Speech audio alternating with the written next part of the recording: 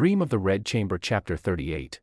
The combined Chrysanthemum poetry and crab feast. So let's start with the setting and the orchestrators. The sources tell us that the cousins Shi Shangyin and Xu Baochai were the primary organizers. And they hid their elaborate feast preparations behind this really simple pretext of just enjoying the fragrant osmanthus flowers, the gihua. Very clever. And the location they chose. Oh, the location immediately communicated elegance and exclusivity. The Lotus Root Fragrance Pavilion, the Jincheng. Architecturally, it sounds incredible. Built right in the center of a pool. Right in the center. It offered 360-degree views through its windows, and it was surrounded by water so clear that Jiamu herself specifically approved of it. And you couldn't just walk up to it. You had to cross a winding bamboo bridge and these curved corridors to get there. Exactly. And they didn't just rely on nature. The decor was exquisitely curated. The columns, for example, had these black lacquer couplets inlaid with shells. The artistry there must have been phenomenal. It was. And the couplet they chose, it perfectly ties the natural setting to the high culture of the event. It reads, Yo UKB. Which means something like, lotus shadows fractured by returning orchid ores, deep fragrance of water caltrop, and lotus traced by the bamboo bridge. It confirms the whole environment was basically a living poem. But I think the real genius wasn't just the decor, it was the operational planning. This tells you so much about the expectations of 18th century luxury. Get into that. They set up separate outdoor stations with 2 bamboo tables. One was just for wine and chopsticks, and the other was just for tea sets, complete with whisks and bowls. And that's where the analysis gets even deeper. The sources tell us they deployed separate groups of servants who were tending these specialized wind furnaces, shan feng lu. Separate groups? For what? Well, one set was just for boiling tea, constantly. The other was dedicated solely to keeping the wine tome de gonre, steaming hot. Wait, why was that so important? I mean, we're talking about whole teams just to keep the wine hot. Was this just for comfort, or was there something else going on? It was a crucial cultural necessity, and it was rooted in traditional Chinese medical belief. Crab is considered a highly cold food. Ah. So to balance that, to prevent digestive upset or the accumulation of cold in the body, you needed the antidote: constantly steaming hot yellow wine. So the preparation wasn't just luxury. It was medical compliance. Exactly.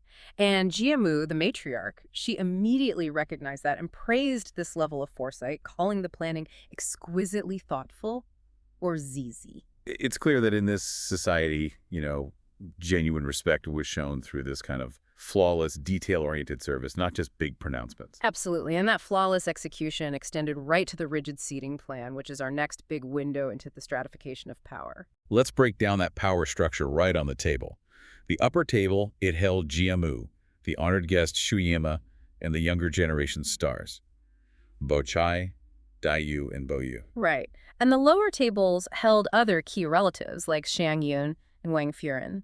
But the most revealing detail, well, it concerns the 2 people arguably running the whole show.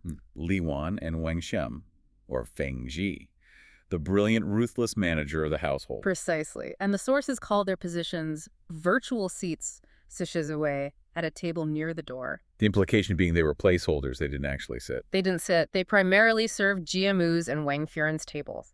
And this is a critical insight. Despite their immense power, Feng Ji controls the money and the staff. Right. In this formal setting, she's still functioning in a servant role. Hierarchy meant that proximity to the matriarch required service no matter what your personal authority was. That feels like such an intentional power play. Why set it up so your 2 most important administrative women are forced to serve? Because it reinforces the chain of command for everyone watching. It clearly signals that Jiamu is the ultimate authority, and anyone beneath her, no matter how capable, has to prioritize her comfort. Their power is contingent on her. And it's into this atmosphere of rigid perfection that we get this surprising moment of personal intimacy. Jiami looks out at the pavilion, and it triggers a memory. She recalls a similar pavilion from her childhood, the Pillow Clout Pavilion, Zhongxiejie. And then she tells this dramatic story. She fell in the water, she nearly drowned, and she hit her head on a wooden nail. And she still has the physical evidence, a fingertip-sized indentation on her temple. Can you just imagine the shift in the atmosphere? The most powerful woman in the room shares a moment of vulnerability, of near death, in front of everyone. The silence must have been profound. And this is the exact moment where Fengji, the quick-witted manager, shows why she is so indispensable. She doesn't wait. No, she doesn't wait for a formal, stiff response. She jumps in and uses high-risk, transgressive humor. She interrupts the matriarch's solemn memory. And she flips it. She turns it from vulnerability into a celebration. Totally. She jokes that the injury wasn't an accident, but a divine intervention, Shen Chagung Sheng, that created a perfect little container, a wur, specifically to hold her immense fortune and longevity. She compared Jiamu's head to the god of longevity. She did. It's social genius. She risked total disrespect to deliver the highest possible compliment. And it worked. It was electric. The text says everyone, including Jiamu, was weak with laughter. It completely broke the tension. And Jimu even defended her. When Wang Furen suggested Fengji was maybe getting too familiar, Jiamu just laughed it off. She did. She said Fengji was not that child who doesn't know her place. Jiamu is essentially giving her manager a political free pass to break decorum because it serves the greater purpose of shared enjoyment. She understands that absolute rigidity just kills the party. Right. The rules must be known perfectly so they can be strategically bent. Fengji even gave a health reason for the joke, saying she was cheering Jiamu up to prevent cold accumulating in her heart from the crabs. Which brings us directly to the star of the show, the crabs. And the meticulousness just continues right through the cuisine. Oh, yeah. This was not a free-for-all feast. The sources are very specific. They were strictly rationed, Yeah. served not all at once, but 10 at a time, brought fresh from the steaming baskets. It's a classic move of what you might call refined scarcity. Serving them 10 at a time ensures every single piece is hot and fresh, which maximizes the experience. It also controls consumption to maintain that feeling of exclusivity. It elevates the dish beyond just, food. Exactly. But for me, the most illustrative detail of luxury happens after the eating, when things get messy. The hand-washing ritual. This is a real aha moment about the sensory depth of their wealth. Get this, they didn't use soap. They used green bean flour, lundo miansi, that was specifically infused or smoked with chrysanthemum leaves and osmanthus pistils. Wow. Think about that. The cleaning ritual itself was infused with the very sense of the flowers they were gathered there to admire. That's not just cleaning. That's performance art. It's designed to leave you with a refined, flowery scent, not a fishy one. Imagine that level of total sensory integration in your life. And this refinement, this generosity, it extended outward. Xiang Yun, as the host, made sure the entire household benefited. She sent 2 plates of hot crabs out to the concubines, Zhao Yinyang and Zhou Yinyang. The ones who weren't invited to the main table. Correct. And then she set up 2 separate tables in the outside corridor for the elite maids, Yuanyang, Hupo, Penger, the women who made the whole feast logistically possible. Which again reinforces the power dynamics. They are treated with generosity, but they are kept strictly separate from the family's gathering inside. Precisely. And predictably, even the maid's corridor couldn't stay orderly, thanks again to Feng Ji. This is where we get that wonderful glimpse of the highest authority figures mixing with the servants. Feng Ji, finished with her duties, wanders out and immediately starts demanding food and wine from them. I mean, she literally steals a cup of wine from Yuanyang and a shell of crab yolk from Pinger. And the banter gets really spicy. She starts teasing Yuan Yang, saying her own husband wants to take Yuan Yang as a concubine. Which is a massive threat, even as a joke. It's a power move masquerading as teasing. And Yuanyang, who is known for her temper, fires right back. She says something like, "Are these words for a lady to say, I won't be satisfied unless I smear your face with my fishy hands?" And that sets up the ultimate culinary slapstick. The crab yolk incident. Yes. Pinger, in the middle of all this teasing, jokingly tries to smear a full crab yolk on Hupo. But Hupo dodges. She dodges, Pinger stumbles, and she misses. And the yolk goes straight across Fengji's cheek. Oh, a moment of complete transgressive anarchy. A servant has just smeared food on the face of the household's chief manager. And when Jiamu hears the commotion and asks what's going on, the maids shout back, laughing, that the master and servant are fighting. And the rules just completely dissolve. Jiamu and the entire upper table, even the reserved Wang Furen, they all just burst into universal laughter. That shared laughter is the release valve for all the formality we just spent time detailing.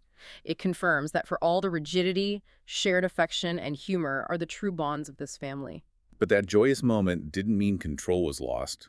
The sources snap us right back to reality after the peak of the laughter. The feast concludes, and Jiamu pivots back to the stern voice of the matriarch.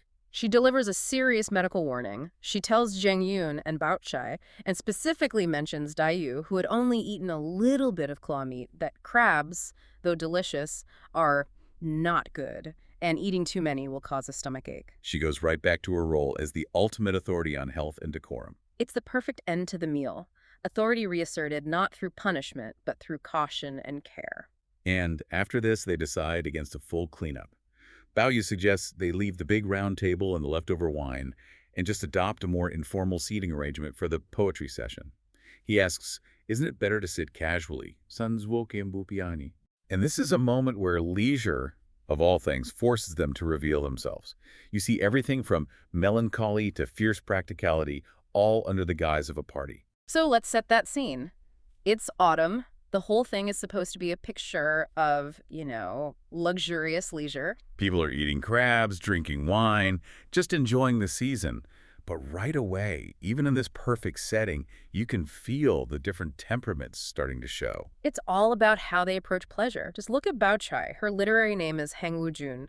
She's just so measured and observant. What's she doing? Well, she isn't even really focused on the food yet. She's playing with cassia flowers, plucking the petals one by one and tossing them to the fish. It's very contained, almost scientific. She's interacting, but she's always in control. Precisely. And then you have the complete opposite, Daiyu, or Xiaxiang Feizi, the melancholy genius. And she is plainly setting herself apart, isn't she? Oh, completely. She's sitting on an embroidered stool, holding a fishing rod, but the sources are very clear she's not actually fishing.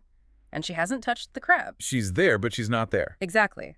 And the others kind of fill the space around these two. Tenchun, Liwan, and Shichen are off watching egrets and gulls. A shared focus. Right. And then Ying Chun is off by herself, completely absorbed, just threading jasmine flowers with a needle. Every single action is like a tiny expression of who they are inside. Okay, let's talk about the food, because the crabs and wine immediately put a spotlight on Daya's frailty. Everyone else is feasting. Bayu is being waited on by Jaren, who's peeling the crab meat for him. He's all in. But Dayu just eats a tiny bit, and almost on cue. She feels unwell. She complains of a slight ache in her chest, and this isn't just, about indigestion. It's a constant symbol of her fragility. The rich food of the feast literally causes her pain. It does. So Bayu, who is always watching her, he just springs into action. And he orders the wine, the shaji, to be heated up for her. So it's another sign of his obsessive need to protect her. It is, but it also shows that even to participate just a little bit, just to take one sip, she needs all this special care. Her vulnerability is always right there on the surface. Which raises a question for me. If she's so frail, why even join the poetry contest? Her participation feels like an act of defiance, in a way. That's a fantastic point. For Dayu, the creative impulse is just stronger than her physical weakness.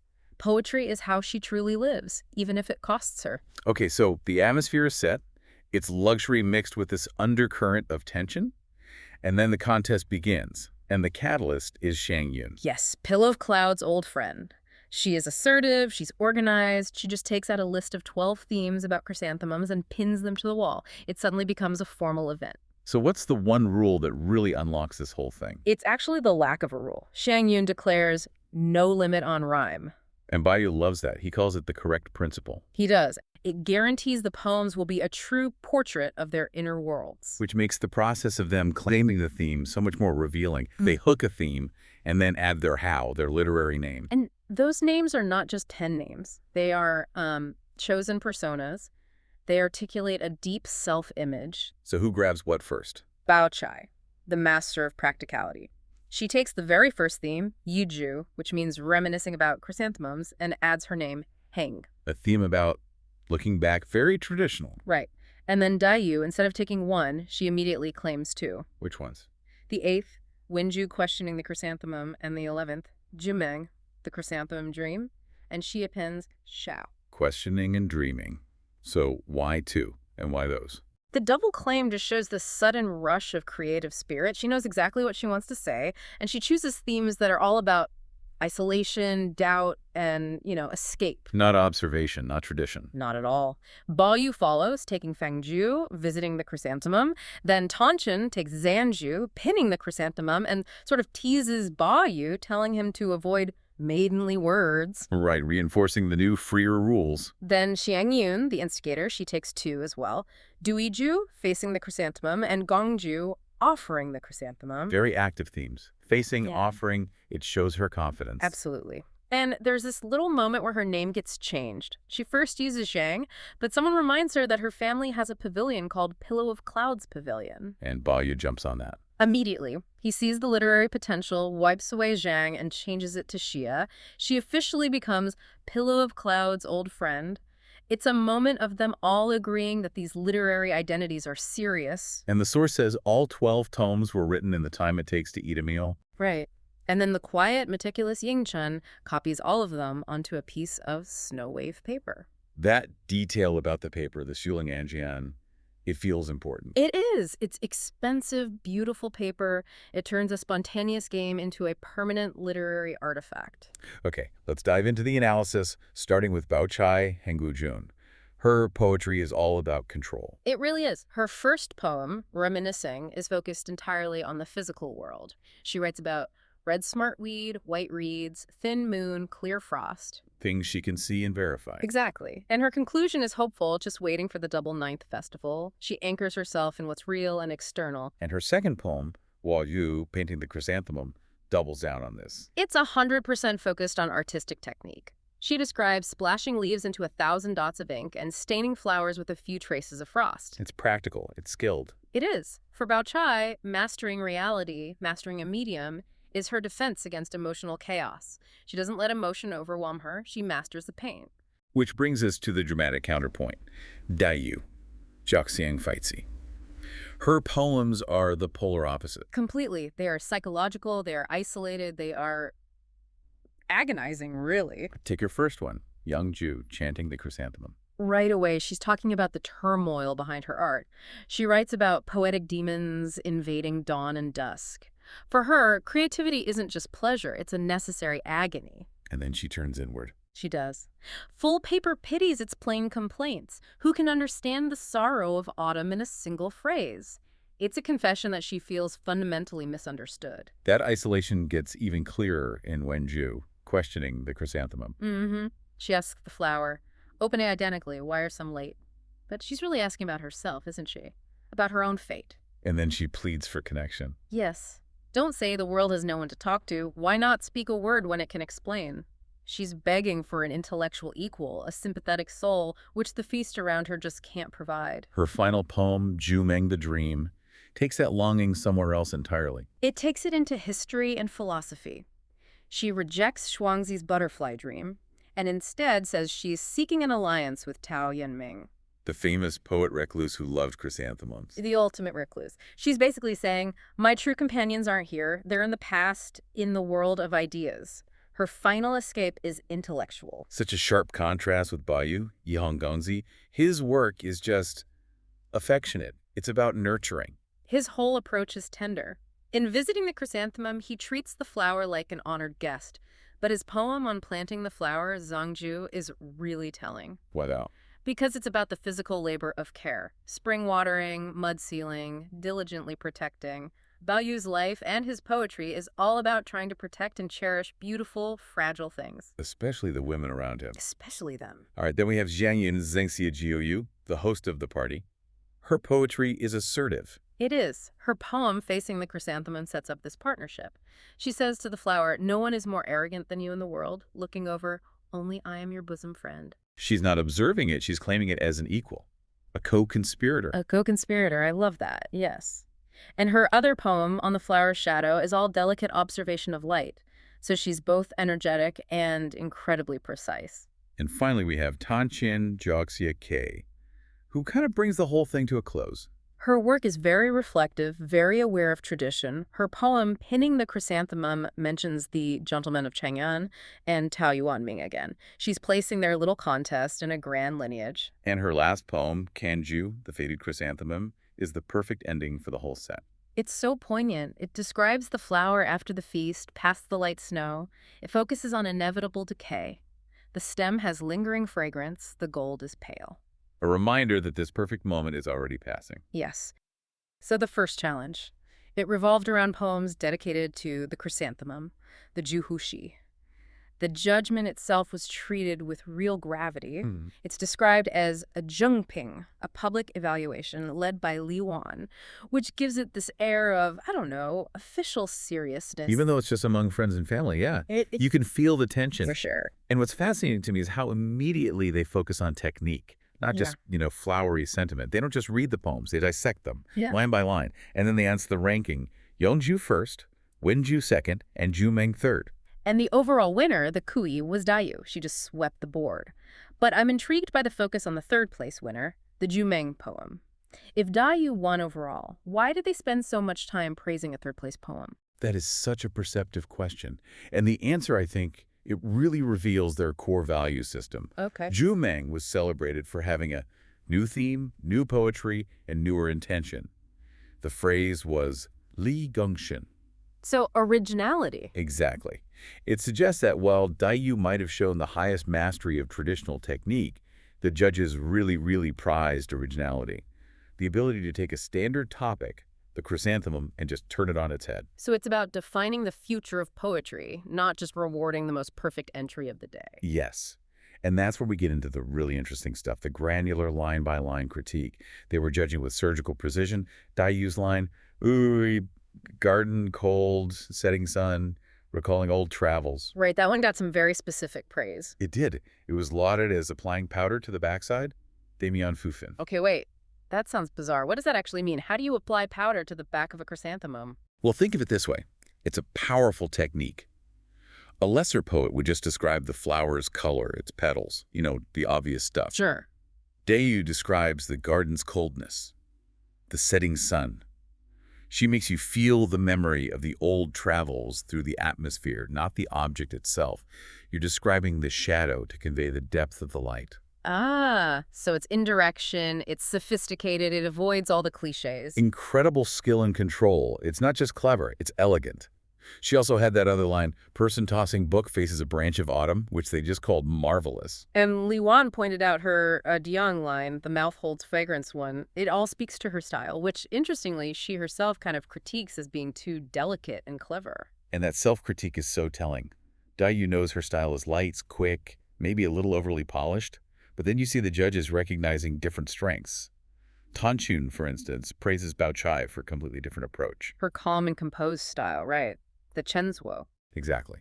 It's so fitting for Bao Chai's character, always measured and reserved. It is. And Tanchun specifically noted how Bao Chai conveyed the abstract feeling of recalling with that amazing couplet, or autumn has no trace and dream has knowledge.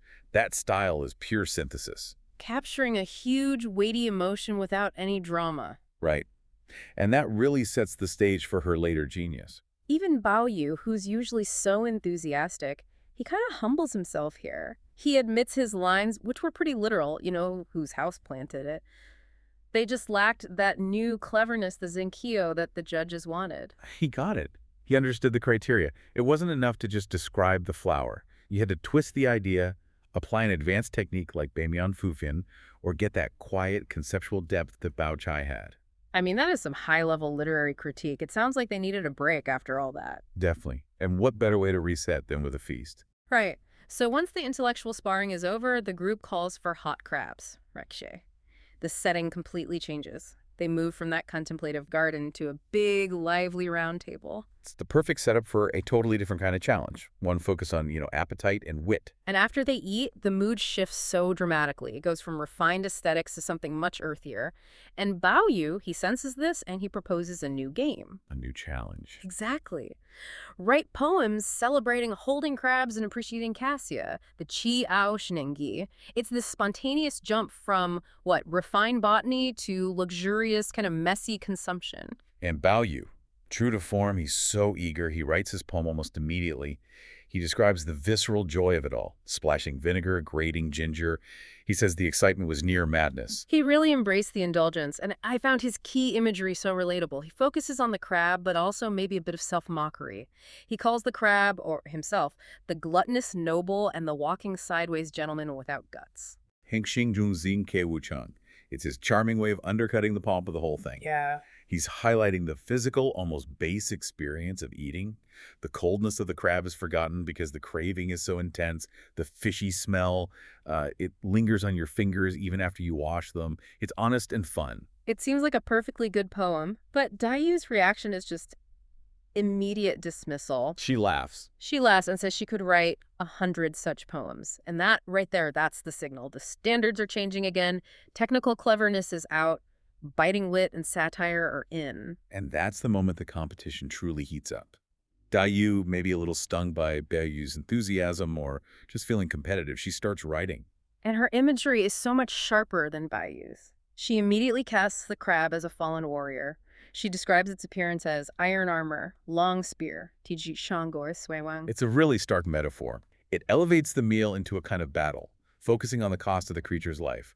But then she pivots right back to the luxury of it all. Full claws, tender jade, and red fat, fragrant. Exactly. So it blends this tragic warrior image with the sensory pleasure of the food. And then comes the twist, the incredible act of literary showmanship. Baoyu is already praising her poem, and Dayu she tears it up. And burns it. And tells Baoyu his poem was better and should be kept. Now, is that genuine humility? Or is she just saying, look, I wrote something brilliant without even trying, but I don't even need the credit? I think it's both. It's a performance of social decorum, not wanting to completely overshadow him. But it's also a total power move. A huge power move. She's demonstrated her talent and withdrawn it. Her superiority is noted, but she doesn't seem outwardly competitive. That is some high-level social maneuvering. Fascinating. But then Bao Chai, who's been quiet this whole time, she offers her poem reluctantly. And this is the moment the poetry goes beyond just description or clever wit and into devastating social commentary. This is the absolute masterpiece of the evening. Bao Chai, with her composed Chenzhua style, she manages to use this creature's short life as a mirror for all of human society. The group was completely stunned by one specific couplet. They actually called out in admiration. Let's focus on those lines because they are the key. The first one, Zuk. The path ahead has no warp and weft, meaning no principle, no order. That line alone is devastating. It takes the crab's frantic sideways movement and generalizes it into a commentary on chaos. The warp and weft, that's the threads in weaving, it symbolizes order, structure, moral principle. So she's saying the world, the path ahead, is just fundamentally without any structure or morality. Yes. And then the second line, which ties it all together. Inside the skin, only empty black and yellow. Meaningless critique, empty substance. That's such a powerful metaphor. It's a brilliant double meaning. The black and yellow are literally the crab's guts and fat. But Qingqi, spring and autumn, that refers to the great Confucian historical classic. It's synonymous with grand historical judgment. So she's saying inside this shell, which looks like it should contain some great historical meaning, the shunqi, there's just empty, worthless guts. Precisely. She elevates the physical description of crab guts into a metaphor for cynical, hollow human affairs, maybe even the empty political maneuvering in their own society. It's a stunning, bleak assessment of the world, hidden inside a poem about dinner. Which explains why Bao Yu immediately said his poem should be burned. He saw the difference between a fun, descriptive poem and philosophical genius. Bao Chai drives the point home at the end. She mentions the ginger you need to counteract the cold and then the utter futility of the crab's sacrifice. Now that it has fallen into the pot, what good does it do? The satire is complete. The verdict was swift, unanimous. Everyone agreed Bao Chai's poem was the absolute masterpiece of eating crabs, the Shipangshe Juesheng. Which brings us back to the crucial question. Why did this one transcend all the others? Even Dayu's brilliant, witty satire. Because the group themselves state the new rule. For these small topics, like eating crabs, the writing must convey a great meaning, to be considered the work of great talent. The technical skill from the Chrysanthemum contest, that was just the ticket to get in the game. But true greatness, especially in satire, required philosophical, universal depth.